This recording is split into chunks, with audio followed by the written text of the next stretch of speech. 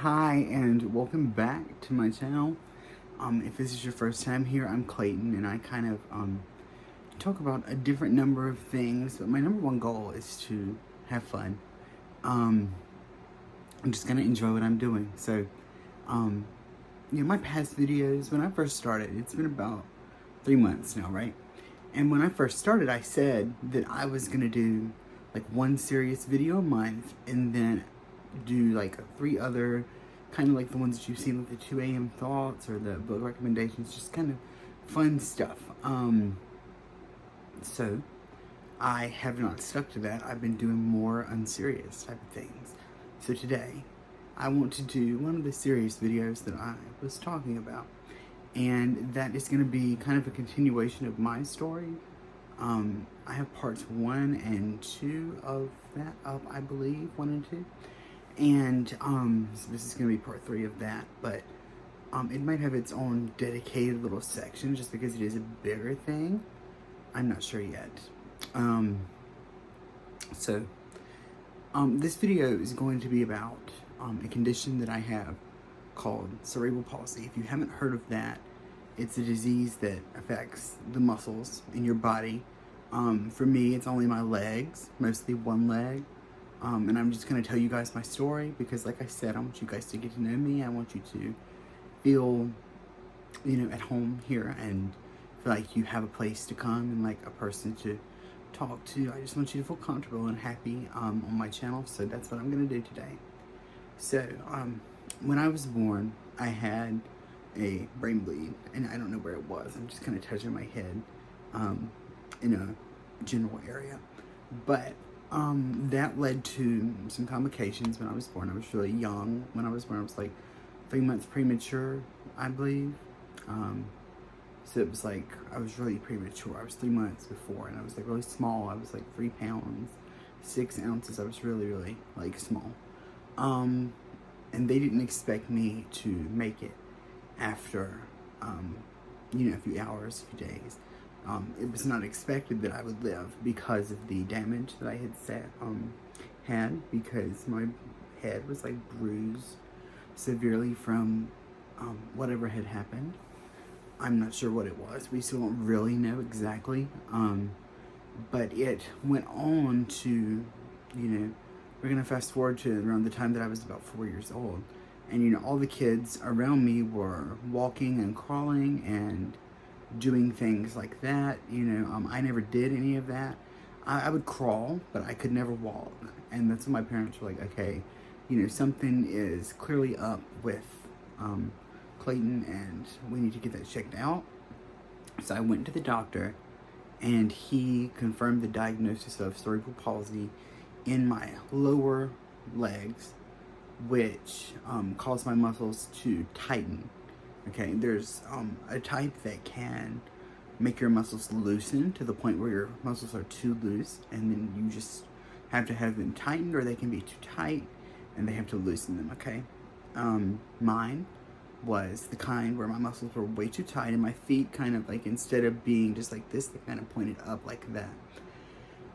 Now, so that explained why I hadn't been walking. And that September of 2002, I had my first big leg surgery, and I have all the scars, like still on my legs. I can see them, you guys can't because my feet are down here, but I had that done in 2002, and then I walked for the first time, and I would have been 5 years old at that time. And it was, back then, you don't have the memory to form. Like, I don't remember not being able to walk. I remember having a walker. I had a cute little thing with a walker on the front with a red basket. And it was like, in daycare, that's what I used to get around. And that's, not something that normal kids have, of course. So, looking back on it now, I can see how many things were different about my younger years, but we'll get back to that in a minute. So I had that surgery, and I could finally walk. So I learned to walk for the first time when I was 4 to 5. And after that, I went on to have another surgery in 2005, and then one in 2008, and then one when I was in middle school, which was the biggest one. That one really was a deal because they took, I'm looking at my right leg if you can't tell. They took 3 inches out of the bone of my right leg because it was longer than the other one, and put a metal plate there and like did all this weird stuff. And I was in a wheelchair again. That was the 3rd time that I had been in a wheelchair by the time I was in 8th grade. Because I never stayed in the wheelchair. I walk fine, but it's just such a crazy thing to think about all of that surgery that I've had. And it's weird to look back on it and see all these scars and think, wow, I really did all that before I could even really comprehend what was happening. But, it's weird, but it also shows how far I've come since then. And a little bit about cerebral palsy. It can cause, brain problems like cognitive issues. It can cause the same sort of symptoms that I'm describing that I had in my legs. It can cause that in your hands, okay, and arms. I didn't have any of that. I didn't have any of the mental effects. I just had the physical effects, mainly in my right leg, okay? But that doesn't mean that it's not difficult, because things like running and jumping and stairs, that takes a little bit of extra effort. And it's kind of a downer, when you think about it. It's, well, I do. I think it's a downer sometimes, but also I'm like, this is the life that I was given, and I'm going to do what I want to with it, and I'm going to do my best, right? I don't even know how to explain, just the growing up with a disability is not easy, because, when you're a kid, you want to be like everybody else, and you want to go, and you want to play, and you want to do everything other kids are doing. And see, I never got the chance to do that. I always wanted to be in the marching band, and that was in high school, and I couldn't do that. I wanted to, run the laps in the gym, and I couldn't do that. Just different things. I wanted to play sports. I couldn't do that, and it wasn't my choice. It would have been so much easier if I had had that choice to just say, well, yeah, I want to play a sport, or no, I don't. But it automatically defaulted to, you can't, instead of me getting to make that conscious choice. And it's kind of, disheartening still to me.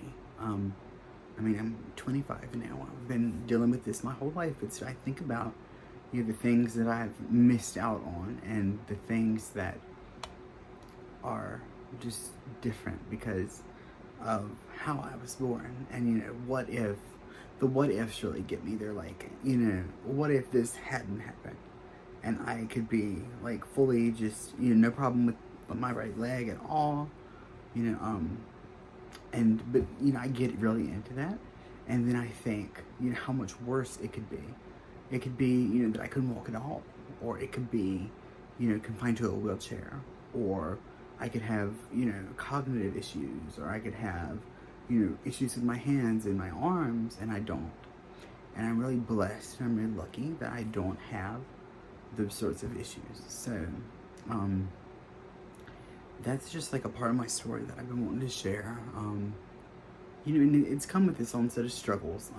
Growing up with friends, it was always kind of difficult, and even now, because, when you're friends with somebody, especially with a guy, they're kind of rough, and they want to, do this sport and do this thing and go into, and when I was in college, I had friends that would go into like volleyball and like baseball and soccer and all that stuff, and I could never do that. And it makes making friends a bit harder than it genuinely would be. But it's okay. You adapt to the things that you can't change, and that's all right. I've learned to live with it. It's a part of who I am, but it doesn't define who I am. So it's just it's a part of me, but it's not all of me. And I really think that even though it's the kind of condition that's not going to improve, I'm really lucky that it's only one leg and it's only like a slight limp in one leg, when some people with this disease are like confined to wheelchairs and they just can't walk, or sometimes they can't speak, or they're just nonverbal and they just don't do anything. I'm not like that at all, and I'm really super blessed to be in the situation that I am, and to be able to do the things that I can. So instead of looking at it as well, this is what I can't do and this is what I can't do, I look at, well, maybe I can't do this, but I can do this, right? It's just a weird outlook when you first start, but eventually it gets easier. And when it does, you settle into it and you figure out, how to deal with it. And that was the hardest part for me, was figuring out how to deal day-to-day life with having this. And again, finding friends who didn't really give a shit about it, because there are more hateful people in the world than you would think. There are people that are like, oh, he has this, I'm not going to be friends with him because he can't do this, because he's holding me back from doing certain things. And I've had friends say things like, well, we're not gonna invite Clayton to this because he probably couldn't do it anyway. Or when I was in college, everybody in the hall went on a hike and I wasn't like invited. And when they got back, I asked one of the guys, I was like, why didn't I get an invitation to this? And they were like, oh, we didn't think you could do it anyway. There's things like that. And a lot of people don't understand, and I get it. And little kids stare. But that's just kids being kids. That has not bothered me in quite a while. But it's still difficult, obviously. But like I said, I want to be transparent on the internet and on my channel, and this is a part of my life, right? A big part. And I don't want it to be, but it is. So, I just wanted to share that with you guys, and just say, that even if you have extenuating circumstances, or maybe you can't do everything everybody else can, whether it be mental or physical or emotional, anything, that doesn't make you less of a person, okay? It doesn't make you, I don't know how to say it, like you're not worth any less than anybody else because of the things you can't do. Because like each person has their own unique thing, and it's just really important to focus on the future and what can I do now, and how lucky am I to be able to do this when other people can't do what I can. And that's kind of like been my outlook. I want to help other people who aren't as fortunate as I am with their physical health, because I am like, really, really, really, really lucky to not have anything, barely any effects from this except for a limp in my right leg. It's really important to me to put that out there and to share it and to offer support to anyone who's going through things, whether it be cerebral palsy. I've never met anybody my age with cerebral palsy, or any sort of mental health, because I have anxiety as well, anything like that. I want this to be a place where people feel they can come and just have someone who gets it, and I might not always get everything, but I do understand a lot because I've been through it myself. So I think it's gonna wrap up today's story. Thank you so much for listening, and I would really appreciate it if you would like and subscribe so you can hear more from me. And like I said, if you stay to listen to this, thank you so much. And it's always been kind of one of my dreams to share this with others, and now I feel like I've done that. So it's a good feeling, and hopefully that this will help someone somewhere with what they're going through, and see that all is not lost and everything is going to be all right, and there is a life that you can live no matter your circumstances. So thank you guys so much for watching, and I will see you next Tuesday with a different topic, one more lighthearted. But like I said, I just wanted to do this video, and I'm glad I did. So I love you guys. Thank you so much for watching, and I'll see you soon. All right, bye.